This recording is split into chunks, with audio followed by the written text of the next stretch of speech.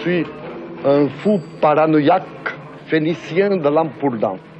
Il paraît que je suis un fou congénital et que la période probablement décisive de ma folie était placée exactement 1 mois et demi avant ma naissance, c'est-à-dire au sein de mon paradis intra-utérin.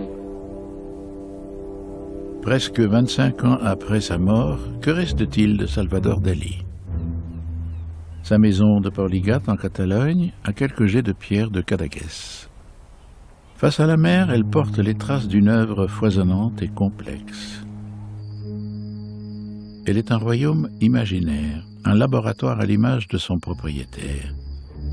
Autoproclamé artiste de génie, ce Don Quichotte de l'art moderne, qui affirmait incarner le surréalisme à lui tout seul, est l'un des rares artistes du XXe siècle à avoir marqué l'inconscient collectif. Je suis né à Figueras, mais j'ai passé ma première enfance tous les étés à Cadaqués. Et alors j'étais nourri par surtout la plus grande folle, c'était Lydia. C'était la plus grande paranoïaque qui a jamais existé. Il m'a influencé énormément du point de vue spirituel. Et après, comme que moi j'étais le prototype du paranoïaque et du fou à Cadaqués, j'ai attiré inconsciemment le groupe surréaliste à venir ici. C'est pour ça que Breton, Éluard, Magritte, enfin tout le groupe surréaliste est accouru autour de ma personnalité au moment où vraiment Dalí était tout prêt à être un vrai fou. Paris 1929. Au studio des Ursulines, on projette un chien andalou. Un court-métrage réalisé par 2 jeunes inconnus où l'on ne trouve ni chien ni andalou.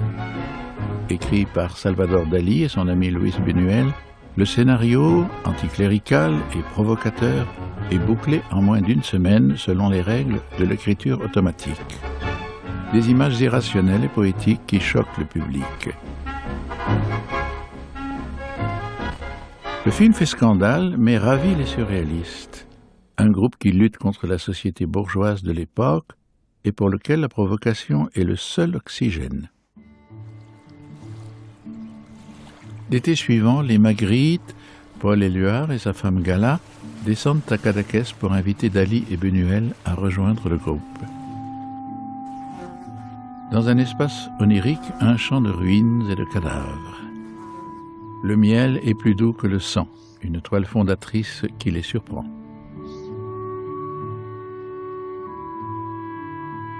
Entre érotisme et putréfaction, son tableau, Les efforts stériles, installe son univers phobique et tourmenté.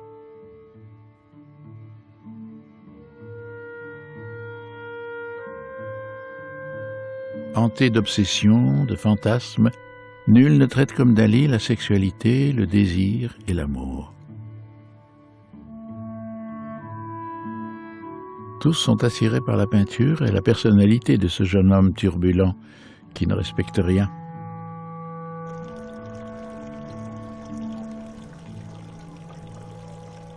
Quelques années plus tôt, le jeune dandy de 22 ans était parti chercher reconnaissance à Barcelone.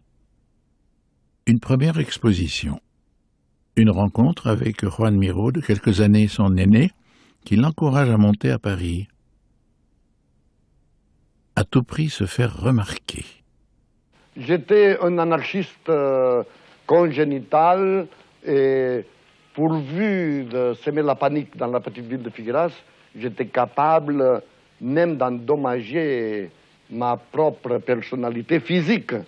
Par exemple, j'étais dans le collège des frères maristes et il y avait une très haute escalier qui conduisait des classes à la récréation et le divin Dalí, uniquement par exhibitionnisme et pour attirer l'attention de tous mes confrères, je me jetais dans le haut de l'escalier en bas en roulant dans les marches et quand j'arrivais en bas, j'étais plein de bosses et de sang et c'était uniquement pour attirer l'attention de mes confrères. Tous les étés, il les passe à Cadaqués. Un père notaire, autoritaire. Une mère artiste qui meurt quand il a 17 ans. Une jeune sœur qui sera son premier modèle. Dans cette famille bourgeoise, Salvador règne en enfant roi. J'ai pissé jusqu'à 12 ans dans le lit. Je chiais partout, je chiais dans les tiroirs, et j'allais, je disais, c'est fait. Et ma pauvre famille, les parents de bonne, ils étaient obligés de chercher où c'est que j'avais fait mes besoins. Donc, évidemment, cette espèce de mauvaise habitude m'ont créé la merveilleuse habitude de me considérer toujours absolument différent au commun des mortels. While I'm playing the role of the valet, can you? Exactly. Everybody's my slave. Yes, no, everybody's not. Everyone. No. Tout est le camp. Out. Out. The people don't like it becoming my slave no more. Tout est le camp. Can't I have another role besides? All right. I'll finish. Darling. No. Everybody's my slave. This gentleman is very good. Everything My slave, he was a maker. Finish. Everybody's my slave. Dali se veut exceptionnel. Ce qui est commun l'ennuie. Pour exister, il doit sortir du rang, se faire remarquer à tout prix. À l'Académie de peinture de Madrid, il multiplie les frasques, fait même de la prison pour avoir déclenché une émeute. Folles années de jeunesse, libertaires et délirantes, Dali et Buñuel forment un trio avec le jeune poète Federico García Lorca, dont la quête poétique lui semble proche de sa vision du monde. Une amitié amoureuse qui se transforme en passion éphémère. Je raconte toujours que Federico García Lorca, qui est le plus grand poète de notre temps, et lui il était homosexuel, il était très amoureux de moi, il avait même essayé, mais ça n'a pas marché, parce que moi, pour des raisons plutôt mécaniques, ça n'a pas marché. Mais alors j'ai resté quand même fidèle aussi à l'amour. Ultime provocation. À son examen final, Dali déclare le jury inapte à le noter et refuse de répondre aux questions. Il se voit définitivement exclu de l'Académie de peinture. Impressionnisme, cubisme, futurisme, le jeune Dali se cherche encore. Un voyage à Paris pour rencontrer Picasso. Le maître lui ouvre son atelier, lui montre son travail sans prononcer un mot. Dali, impressionné, se tait. Sur le pas de la porte, Picasso lui lance un regard inquisiteur qui semble dire « Compris ?» Le jeune homme vient de comprendre ce que signifie le mot moderne. Picasso, je te salue, je t'embrasse, t'attache dans l'oreille gauche qui est la même de Gala, et je te dis en catalan ce que tu aimais tellement dans le temps de mon adolescence. Una foglia xica pica, pallerica, cama torta i vagarica, va tenir 6 folles, 6 pics. C'est ce jeune homme prometteur que découvrent les surréalistes à Cadaqués en cet été 1929. Flatté par la présence du poète Paul Éluard, Dali est surtout ému par sa femme, Gala, dont il tombe éperdument amoureux. Mais curieusement, dès qu'il cherche à lui parler, il est pris d'un fou rire irrépressible. J'ai ouvert la porte de ma maison de mes parents et Gala était déjà nu derrière la porte. Alors tout de suite, je me suis formé une espèce de mélange d'excréments de chèvre, parce que les excréments de chèvre, ça m'excite beaucoup sexuellement, alors je pensais que ça allait exciter Gala la même chose, alors j'ai mêlé la colle de poisson, et après, qu'est-ce que j'ai mis encore? J'ai mis de l'aspic. Un aspic qui était d'ailleurs très décomposé, alors le tout puait d'une façon invraisemblable, et j'ai commencé la séduction, qui a très bien marché. Mon petit, dit-elle, nous n'allons plus nous quitter. Elle deviendra sa gradiva, sa galouchka, sa compagne, sa muse. Le père de Salvador voit d'un mauvais œil cette liaison avec une femme mariée, de 10 ans son aîné. Chassé du foyer, son fils se rase la tête en signe de protestation et enterre ses cheveux dans des coquilles d'oursin sur la plage devant la maison familiale.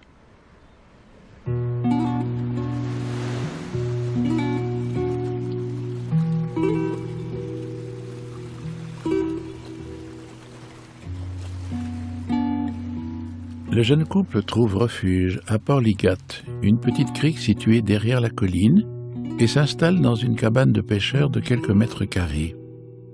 Hormis Lydia, sa nourrice, qui leur a vendu la maison, les habitants refusent de leur adresser la parole.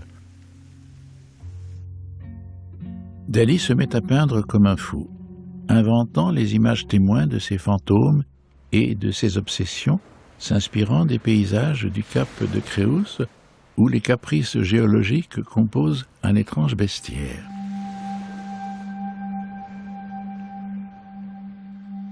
Ce paysage aride et désolé, Dali va le transformer en un espace mental, un espace dont il tirera bientôt sa méthode paranoïaque critique.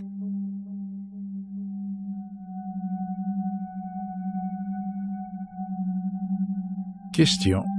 Notre perception de la réalité ne serait-elle que le produit d'une illusion? Inspirée par les théories de Freud sur l'inconscient, la paranoïa critique est, selon Dali, une méthode d'auto-analyse qui permet de diriger ses hallucinations en toute créativité, de faire surgir de l'inconscient les images subliminales cachées sous le monde des apparences. Une méthode qui autorise l'œil à voir des images doubles dans une même forme.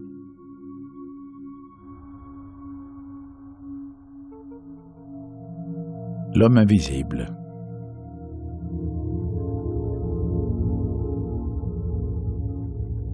Dali s'empare du thème du double pour nourrir sa quête d'identité.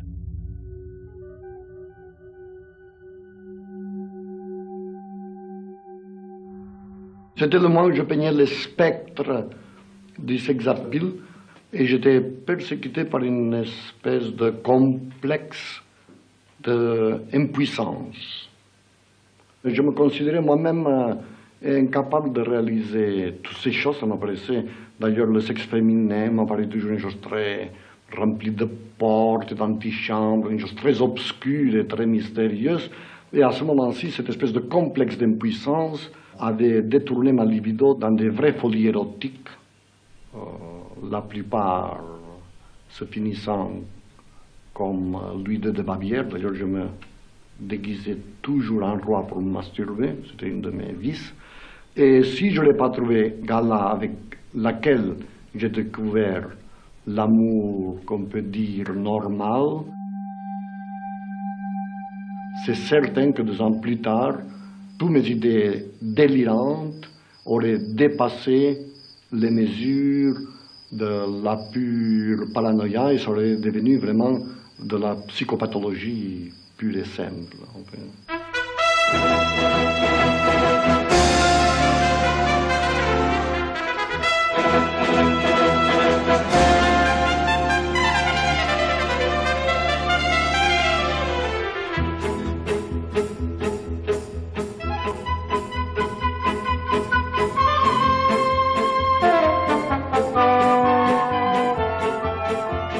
Dali inscrit peu à peu son imaginaire dans l'inconscient et la symbolique des formes. Fantasmes érotiques, thème du mou, béquille qui exprime l'angoisse d'impuissance de ce jeune homme, timide et ambigu.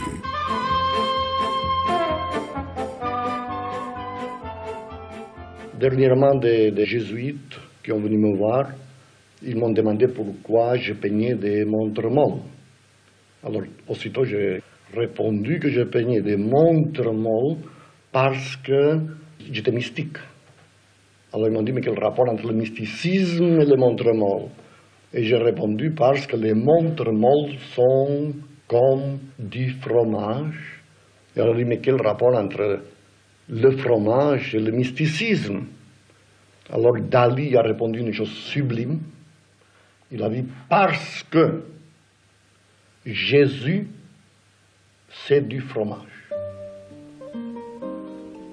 Alors là, il y a eu une certaine malaise de la part des jésuites, mais comme que je suis très jésuitique moi-même, je leur ai cité la Bible, ça commence en disant « montus coagulatus, montus fermentatus, montus », enfin, c'est une série de montagnes toutes lesquelles ils ont les attributs et les vertus caractérisées et ammoniacales du fromage.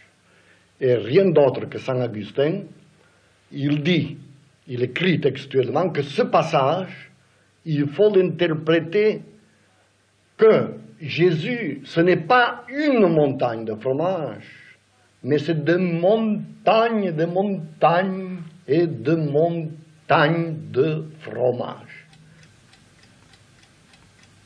Entre parenthèses, Saint Augustin, c'était un grand paranoïaque, comme tous les mystiques, parce qu'ils font valoir. Le mystique, c'est celui qui, au détriment de tout ce qui l'entoure, il systématise une seule et unique idée obsédante, l'idée de Dieu. Le chien andalou avait défini les fondements du cinéma surréaliste.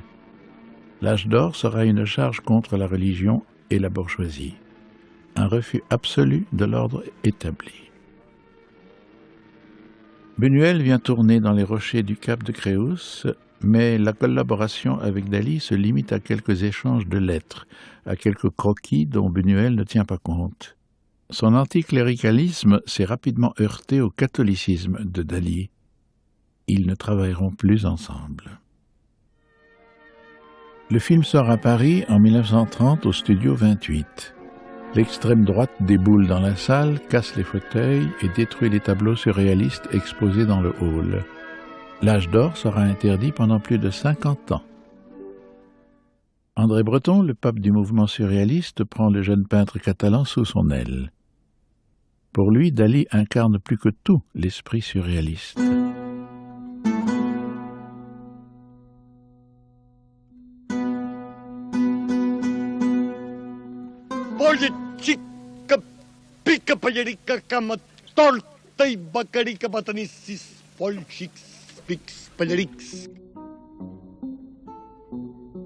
Période d'échange, de collaboration, de réunions souvent houleuses. Les surréalistes sont enchantés par le talent et l'imaginaire de Dali, même si la paranoïa critique produit parfois des toiles qui les dérangent. Apparaît dans le jeu lugubre un personnage au caleçon maculé d'excréments. Choqués, les surréalistes se demandent si le jeune Salvador n'est pas coprophage. « Du pain, rien que du pain !» lance Dali, un slogan qui ne convainc pas. Le pain anthropomorphe. Le pain français moyen avec 2 œufs sur le plat, à cheval, essayant de sodomiser une mie de pain portugaise. Le groupe est irrité, le surréalisme a ses limites. On ne plaisante pas avec le pain. Face au fascisme qui menace, les surréalistes se rangent du côté des communistes. Mais Dali refuse de les suivre et représente Lénine sur les touches d'un piano.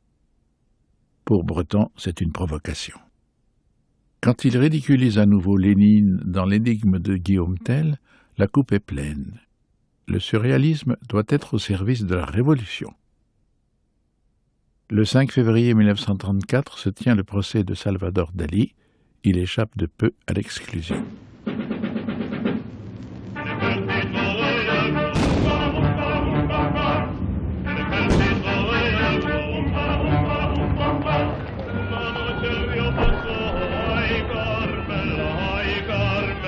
Dali refuse de considérer la guerre civile espagnole comme un conflit politique. Pour lui, il ne s'agit que d'un phénomène biologique, un rituel ancestral de cruauté, une forme de cannibalisme. Construction molle avec haricots bouillis, prémonition de la guerre civile, une allégorie de l'auto-strangulation. Dali refuse de prendre parti, ni hitlérien ni stalinien, mais dalinien. Il fuit la guerre et les massacres et s'exile avec Gala en Italie, tandis que près de Grenade, dans la nuit du 16 août 1936, son ami Garcia Lorca est exécuté par les franquistes. La mort de mon meilleur ami, c'est la suprême parade. Et sa destinée tragique était tellement, pour moi, un succès, que malgré qu'il était mon meilleur ami, le jour qu'un Espagnol est venu me disant que Garcia Lorca avait eu l'honneur d'être fusillé, que c'est tous les grands Espagnols, s'ils ne sont pas fusillés, nous manquons quelque chose. Alors quand on m'a dit que Lorca était mort et qu'il était fusillé, j'ai dit « Olé !»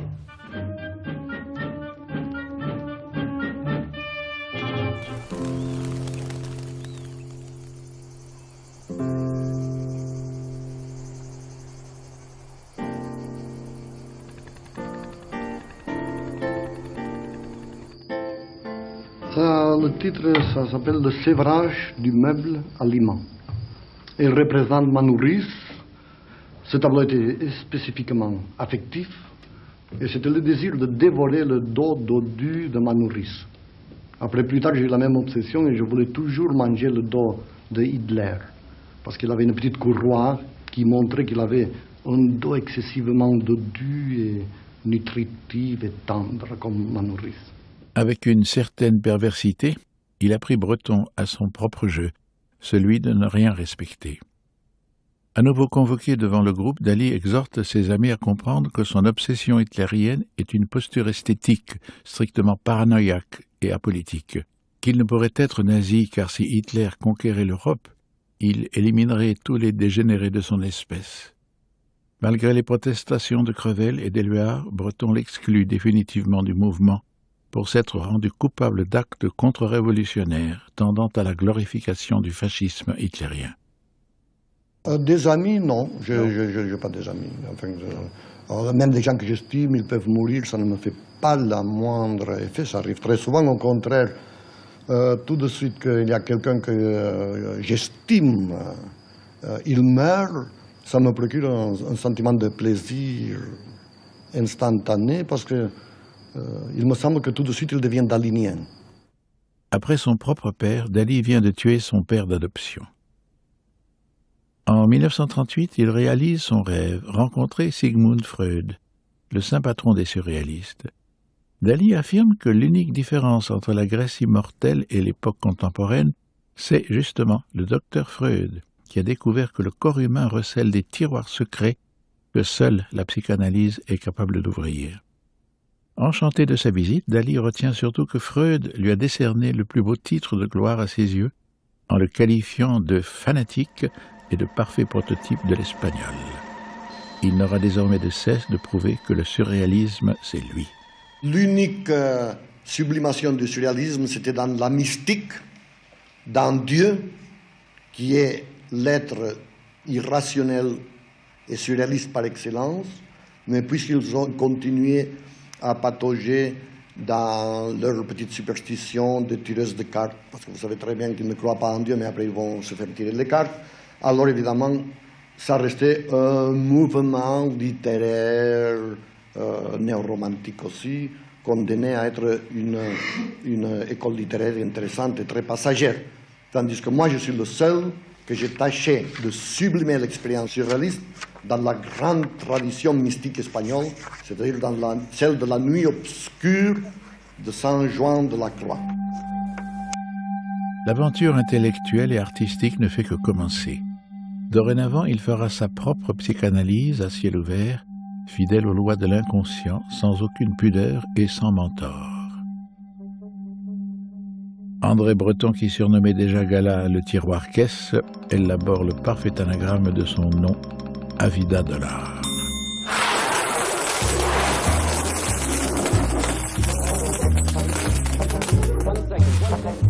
En tout cas, cet anagramme a eu une valeur magique certaine, puisque depuis, la pluie de dollars n'a pas cessé de tomber sur moi avec une monotonie délicieuse.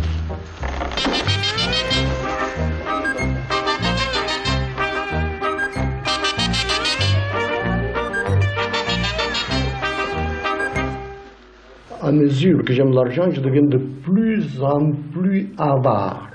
C'est-à-dire mon complexe anal se rétrécit. Et vraiment, j'aime l'argent juste pour l'idée d'avoir la banque qui se remplit tous les jours de plus d'argent, mais pas pour en faire rien.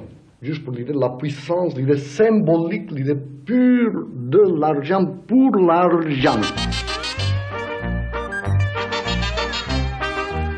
Désormais, le maître exigera que l'on dépose un chèque devant lui avant toute interview. En exil, à New York, où ils passeront les années de guerre, le couple va mettre en œuvre sa stratégie de conquête. Dali cherche autant la reconnaissance du monde de l'art que celle du grand public. Ils se mettent à travailler tous azimuts. Décoration du nightclub du Sheraton, campagne pour une marque de collants, décors et costumes de plusieurs ballets du Metropolitan. Son exposition à la galerie Julian Levy est un triomphe. Elle fait de lui l'un des jeunes peintres les plus riches du monde. Sa rétrospective au MoMA à la fin de l'année 1941 le consacre aux yeux de tous. Gala et Dali sont désormais reçus par la haute société.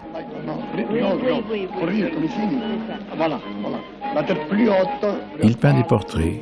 Madame Styler-Tass, Madame Warner, Madame Gregory, Madame Helena Rubinstein. Une activité mondaine et lucrative qu'il poursuivra de nombreuses années. Dali se lance dans l'écriture de son autobiographie. La vie secrète de Salvador Dali révèle un écrivain et dévoile l'ampleur de ses terreurs intimes.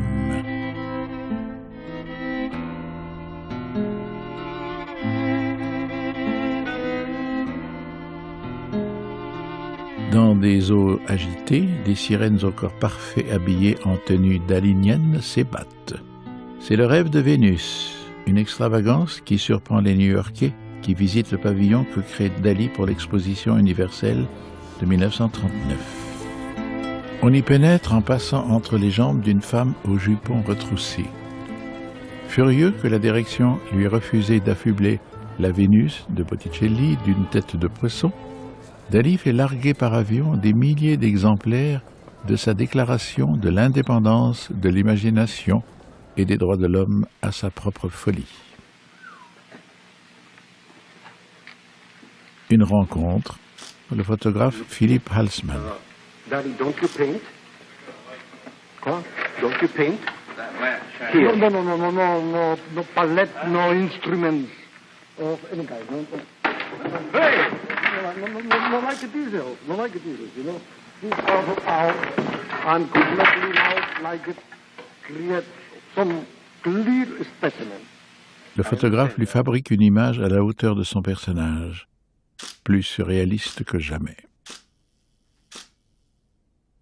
10 ans après ses débuts avec Buñuel, Dali est toujours tenté par le cinéma. Il offre à Harpo Marx une harpe au cordes en fil de fer barbelé. Un projet de film avec des hordes de girafes en flammes et Harpo capturant des nains avec un filet à papillons. Salade de girafe à cheval ne verra jamais le jour, tout comme Destino, un projet avec Walt Disney vite abandonné. Sa collaboration avec Alfred Hitchcock pour La maison du Dr Edwards produit une séquence onirique où l'on retrouve sa fascination pour la psychanalyse, mais le producteur David Selznick ne retiendra que 2 minutes de son travail sur les 20 initialement prévus. Une fois de plus, Dali ne parvient pas à s'imposer au cinéma. Then I saw the proprietor again, the man in the mask. He was hiding behind a tall chimney and he had a small wheel in his hand. I saw him drop the wheel on the roof.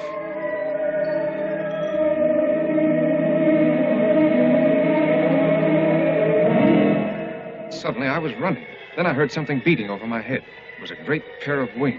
The wings chased me and almost caught up with me when I came to the bottom of the hill.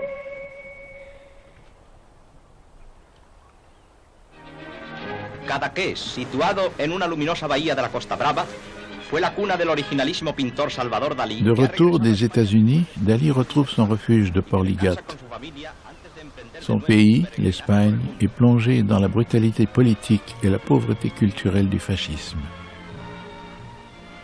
Sa maison de pêcheur s'est agrandie, elle s'est transformée en un palais baroque, pensé comme une œuvre d'art, une sculpture habitable qui se développera comme les cellules d'un corps organique. Un espace intra-utérin qui, jusqu'à la fin, sera son unique atelier.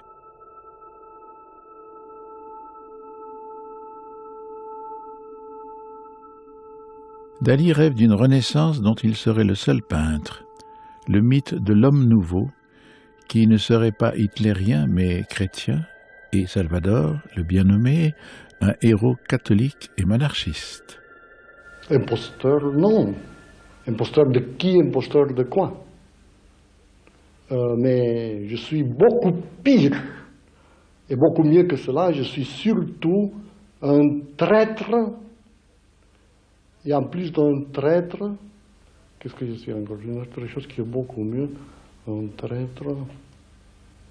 C'est ça que j'ai oublié. Enfin, un traître, mais l'autre chose est mieux, je vais la trouver. Un traître à ma classe d'origine. Puisque ma classe d'origine, c'est la bourgeoisie. Et j'ai trahi sensationnellement la bourgeoisie, me déclarant royaliste et monarchiste pour l'aristocratie. Donc évidemment un traître, et pire que ça, un provocateur. C'est-à-dire un provocateur de tout.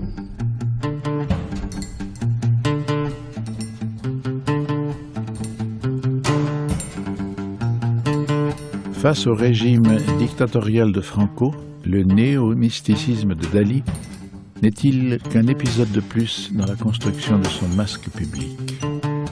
Est-ce encore par provocation qu'il rencontre le caudillo qui a fait fusiller son ami Garcia Lorca 15 ans plus tôt?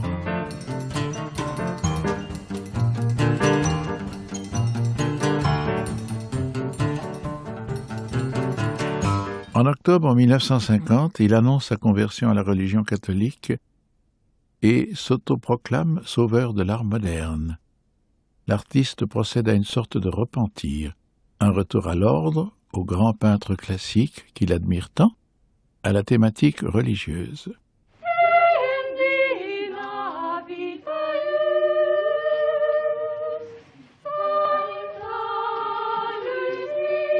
Le personnage est paradoxal. Catholique peut-être, il n'a jamais renoncé à l'érotisme, l'onanisme, la scatologie, le voyeurisme, tout en prônant l'abstinence. La chasteté et l'érotisme vont tout à fait ensemble, puisque les propres pères de l'Église ont tous accordé que dans les extases mystiques, c'est-à-dire quand les saints, après l'abstinence, arrivent à des visions sublimes, à l'approche des anges ou à l'approche de Dieu, toujours il se produit une éjaculation. Ça, c'est tout à fait admis par l'Église. Jeune vierge autosodomisée par les cornes de sa propre chasteté. En même temps, la corne de la licorne, qui est elle-même la corne du rhinocéros, elle représente dans les rêves une espèce de complexe aigu phallique, et en même temps, il représente exactement le symbole de la chasteté. Aux eaux de Vincennes, Salvador Dali, dont la peinture et les moustaches sont universellement célèbres, s'est affronté au rhinocéros pour donner un pendant à la dentelière de Vermeer. En effet, qui dit rhinocéros dit corne, qui dit corne dit aiguille, qui dit aiguille dit dentelière. C'est simple. Et pour terminer, le maître a crevé d'une corne de narval la dentelière dont l'aiguille n'a cessé de hanter sa vie. Je devais être constamment avec cette image. Pendant le repas, pendant que je me baignais, enfin, pendant tout un été, je n'étais accompagné que par l'image obsessionnelle de la dentelière de Vermeer. Et alors quand j'ai commencé à peindre ce tableau, au lieu de la dentelière, ils ont sorti sur la toile 3 cornes de rhinocéros, ce qui a étonné beaucoup tous les spectateurs. Mais si vous aviez choisi la Joconde au lieu de la dentelière, je pense que le résultat était le même. Ah non, non, pas du tout. Pourquoi? Alors c'est ça qui m'intéresse. Pas du tout, parce qu'après 3 ans, j'ai découvert que la dentelière était une corne de rhinocéros. Et on a pu le prouver scientifiquement parce qu'elle est composée par les mêmes courbes logarithmiques l'une et l'autre. C'est ça ce qu'il y a de génial dans mon cas. Par des actes, au premier abord, complètement gratuits et incompréhensibles, j'arrive à des découvertes que très souvent après les scientifiques, travaillant très minutieusement, ne font que corroborer. Hanté depuis toujours par l'Angélus de Millet, qui était accroché dans sa classe d'écolier, Dali a l'intuition que le panier posé au sol dissimule un mystère. Selon lui, le couple de paysans n'est pas simplement en prière. Sur son insistance, le Louvre radiographie le tableau au rayon X. Apparaît un petit caisson noir immédiatement interprété par Dali comme le cercueil d'un enfant. Une brillante confirmation de son intuition paranoïaque critique.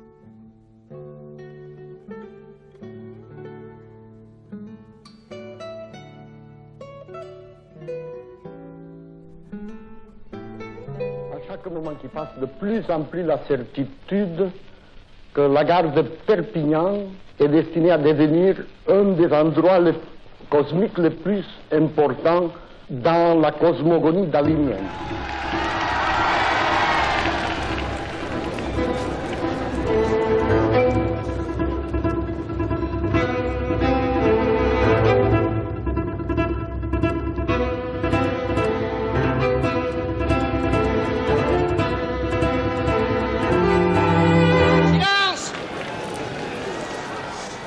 L'Espagne a l'honneur d'avoir inventé le mysticisme vertical, mais il était réservé à Perpignan, la gloire la plus grande de notre époque, celle d'avoir trouvé l'antigravitation par le docteur Pagès de Perpignan.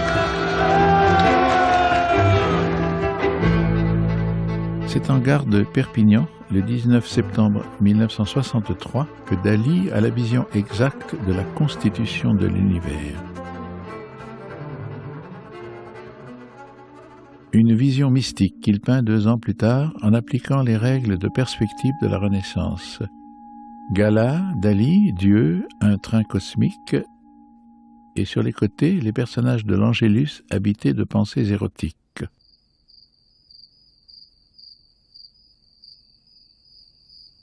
Philosophiquement, l'unique façon de connaître l'objet, c'est en le mangeant. C'est pour ça que déjà la religion catholique, qui est la plus parfaite qui a existé, on pratique la cérémonie liturgique de manger Dieu vivant. J'ai toujours dit que si Gala, que c'est l'être que j'aime le plus au monde, mourait, et soudainement il devenait petite, comme une olive, évidemment, je la mangerai. Portrait de Gala avec 2 côtelettes d'agneau sur l'épaule. Œuf sur le plat, sans le plat. Autoportrait mou avec lard grillé. Dali est victime d'un fantasme obsessionnel qui lui ordonne de tout manger. D'une façon impérialiste, l'unique façon de réussir, c'est de manger ce qu'on veut posséder. Et en ce moment, vous le voyez, je suis en train de dévorer la télévision en personne. Maître, ce n'est pas sans crainte et sans trac que l'on... Ne craignez rien, vous ne pourrez pas vous plaindre sans raison. Voilà. Dali est un bon client de la télévision.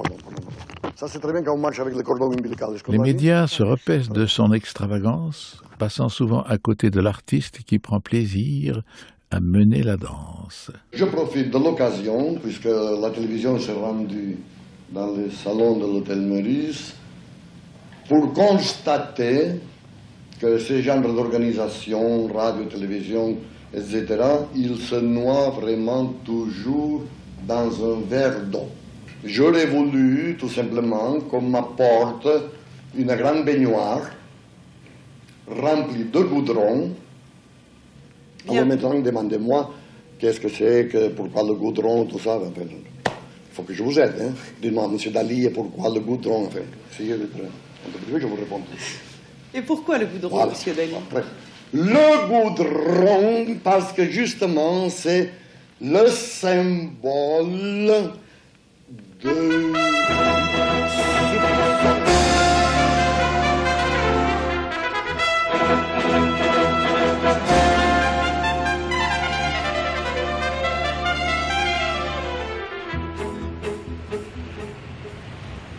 Tout objet plongé dans le goudron, quand il sort avec les torsions qui sont dues à ces matériaux qui sont des entrailles les plus abyssales de la Terre, automatiquement, cet objet qui ne valait rien vaut minimum $5,000. Monsieur Dali, est-ce que c'est une manifestation d'humour surréaliste que cet happening au goudron? Écoutez, comme son propre nom goudron l'indique, si c'est de l'humour, ça va être quand même de l'humour noir. Je considère la télévision, le cinéma, la presse, le journalisme comme un des grands moyens modernes d'avilissement et de crétinisation des foules. Mais j'adore les utiliser parce que, au point de vue pratique, après il n'y a plus de gens qui courent après Dali et les tableaux se vendent plus cher.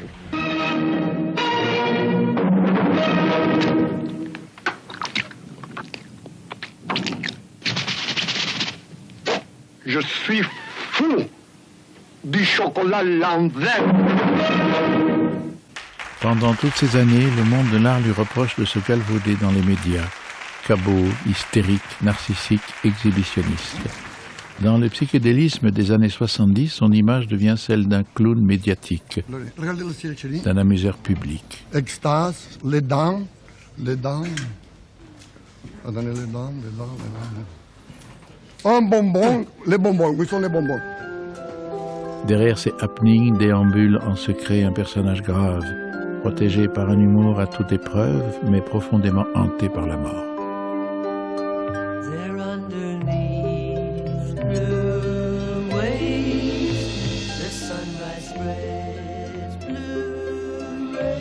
De retour à Port-Ligat, Dali se met en scène. Un cinéma expérimental dans lequel la loi surréaliste supplante celle de la pesanteur. Apparition, disparition, une tentative de remonter le temps, de quitter une époque indigne de son talent. This painting of Piet Mondrian. Piet,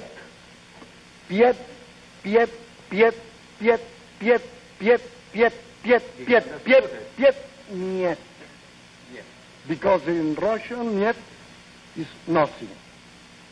Against Piet is Dali. Dali,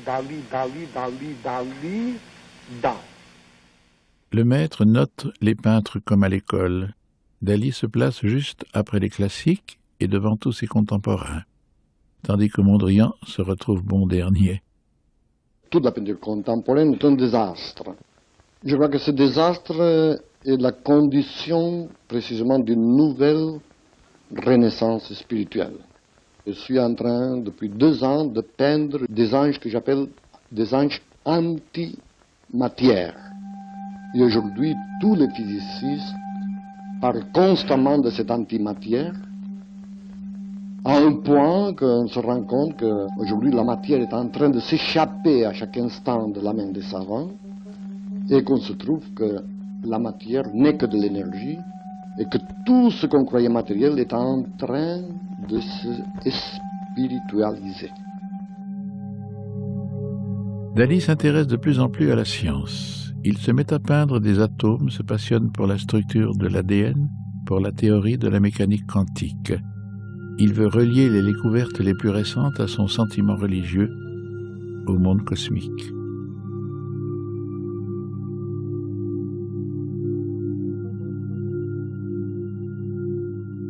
Salvador Dali, qu'est-ce que vous n'avez pas encore fait et que vous aimeriez faire?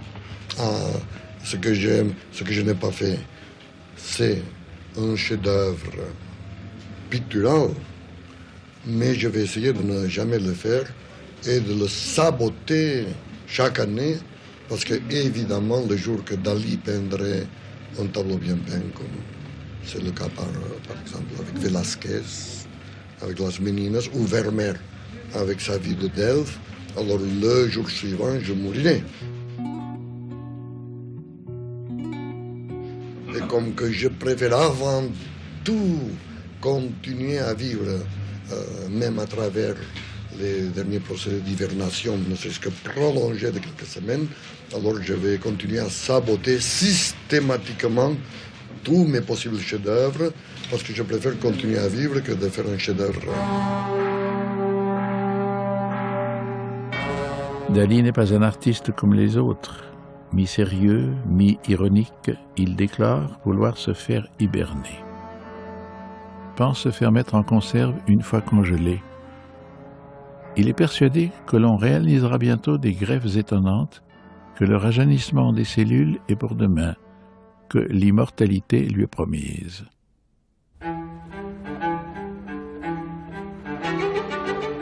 L'immortalité, Salvador Dalí l'atteindra à 70 ans. En septembre 1974, il réalise le rêve de sa vie et inaugure un musée à son nom dans sa ville natale de Figueras. Il devient l'un des rares artistes à être ainsi célébré de son vivant. Kitsch, baroque et monumental, il l'a dessiné lui-même, l'a conçu dans ses moindres détails. Ironie du sort, le musée est construit sur les ruines de l'ancien théâtre où Dalí avait exposé pour la première fois à l'âge de 15 ans.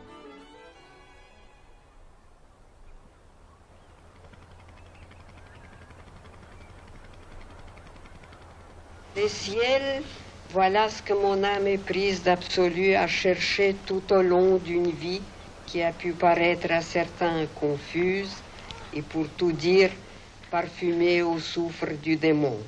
Les ciels. Malheur à celui qui ne comprendra pas cela.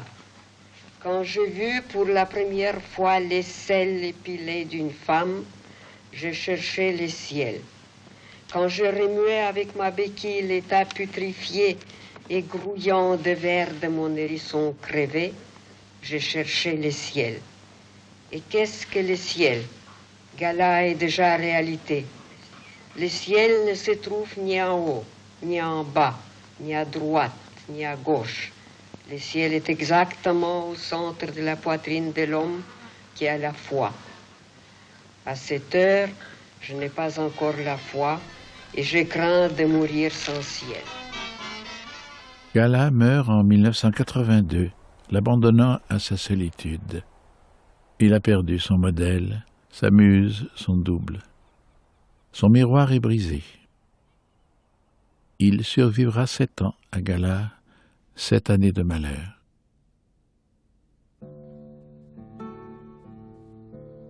Unique, le divin Dalí. On peut se demander pourquoi être unique et exceptionnel fut la démonstration de toute sa vie. Pourquoi dans sa peinture le thème du double était si récurrent, si essentiel pour lui. Les deux effigies représentent un frère mortel et l'autre immortel. Ce même Dalí qui, sur son casque gaulois, arbore les personnages de Castor et Pollux, est sincère avec son trauma originel.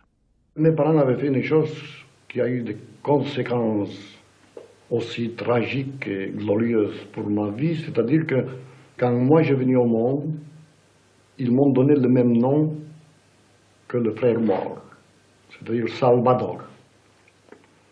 J'ai vécu toute mon enfance et toute mon adolescence avec l'idée que je formais part de mon frère mort.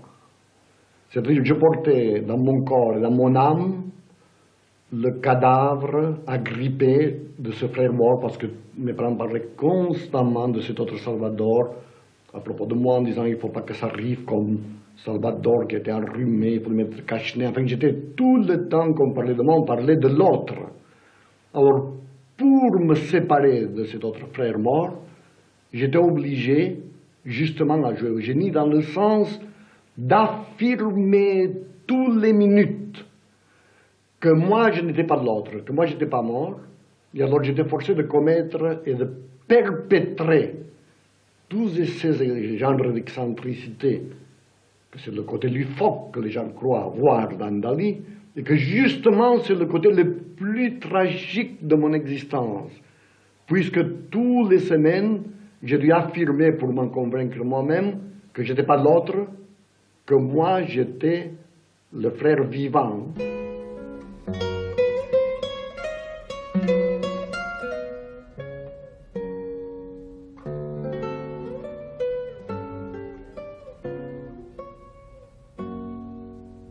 Cuando yo era muy pequeño, quería ser una cocinera. Después, Empecé ya cuando tenía 6 años, quería ser Napoleón.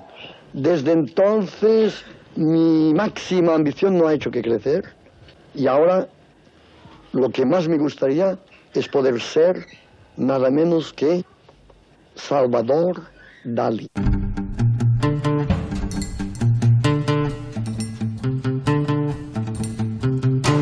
Je suis une espèce de nourrice, je sors médecin et je donne à téter à toute ma période, à toute mon époque. Toute mon époque n'a fait que s'alimenter de mes idées. Donc je suis une espèce de nourrice.